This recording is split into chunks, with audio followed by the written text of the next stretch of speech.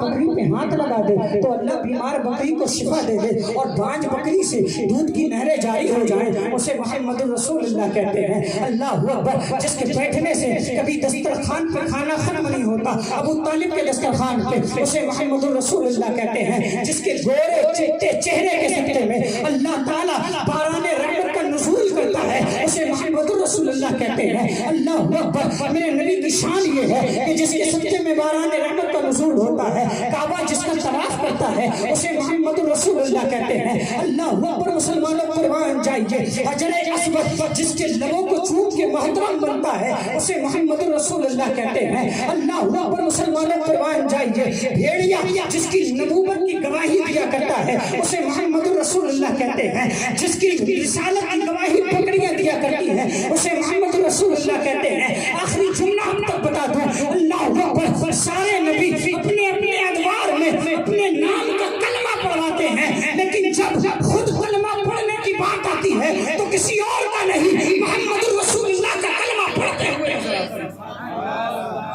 ماشاءاللہ، کیا بات ہے، سبحان اللہ، محمد رسول اللہ کا کلمہ پڑھتے نظر آتے ہیں۔ اللہ اکبر، نبی جس کا کلمہ پڑھے وہ محمد رسول اللہ، عرش پہ جس کا نام ہو وہ محمد رسول اللہ، فرش پہ جس کے چرچے ہوتے ہو وہ محمد رسول اللہ، عرش جس کے نام سے سکون پاتا ہے وہ محمد رسول اللہ، حوروں کی پتلیوں پہ جس کا نام ہو وہ محمد رسول اللہ، عرش کے پائے پہ جس کا نام ہو وہ محمد رسول اللہ، کرسی جس کے نام سے مزین ہو وہ محمد رسول اللہ، جبریل کو قرار جس کے نام سے آئے وہ محمد رسول اللہ، آدم کی توبہ جس کے صدقے میں قبول ہو وہ محمد رسول اللہ، نوح کی کشتی کو نجات جس کے صدقے میں ملے وہ محمد رسول اللہ۔ اللہ اکبر، میرے نبی کی شان یہ ہے کہ اگر بھوک میں نام لے لیا جائے تو بھوک ختم ہو جائے، اور اگر پیاس میں چہرہ دیکھ لیا جائے تو پیاس ختم ہو جائے۔ اب میں آپ کو بتانا چاہتا ہوں، اس نبی کی شان یہ ہے کہ اگر دن رات نبی کی تعریف کی جائے تو دن رات تو ختم ہو سکتے ہیں، مگر مصطفیٰ کی تعریف ختم نہیں ہو سکتی۔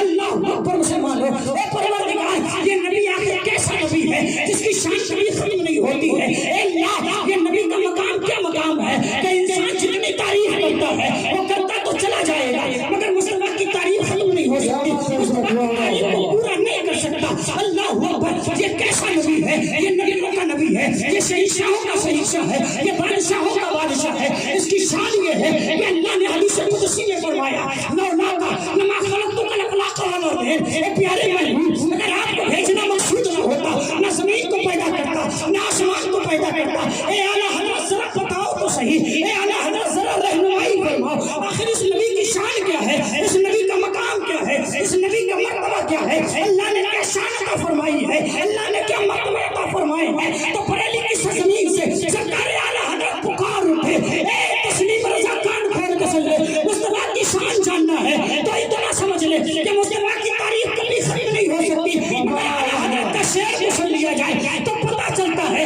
کہ مصطفیٰ کو اللہ نے کیا شان عطا فرمائی ہے۔ میرے اعلیٰ حضرت ارشاد فرماتے ہیں، یا رسول اللہ، سرور کہوں کہ مالک مولا کہوں تجھے، بادر خلیل کا ملک زیبہ کہوں تجھے، تیرے تو وصف ہے تناہی سے ہے بڑی، حیران ہوں میرے شاہ، میں کیا کیا کہوں تجھے، لیکن رضا نے ختم سخن اس میں کر دیا، خالق کا بندہ خلق کا آقا۔ نعرہ تکبیر، نعرہ رسالت، مسلک اعلیٰ حضرت، فیضان حضور تاج الشریعہ، نعرہ تکبیر، سرکار کی آمد، آقا کی آمد، مدنی کی آمد، سونے کی آمد، اچھے کی آمد، پیارے کی آمد، آقا کی آمد، نعرہ تکبیر، نعرہ رسالت۔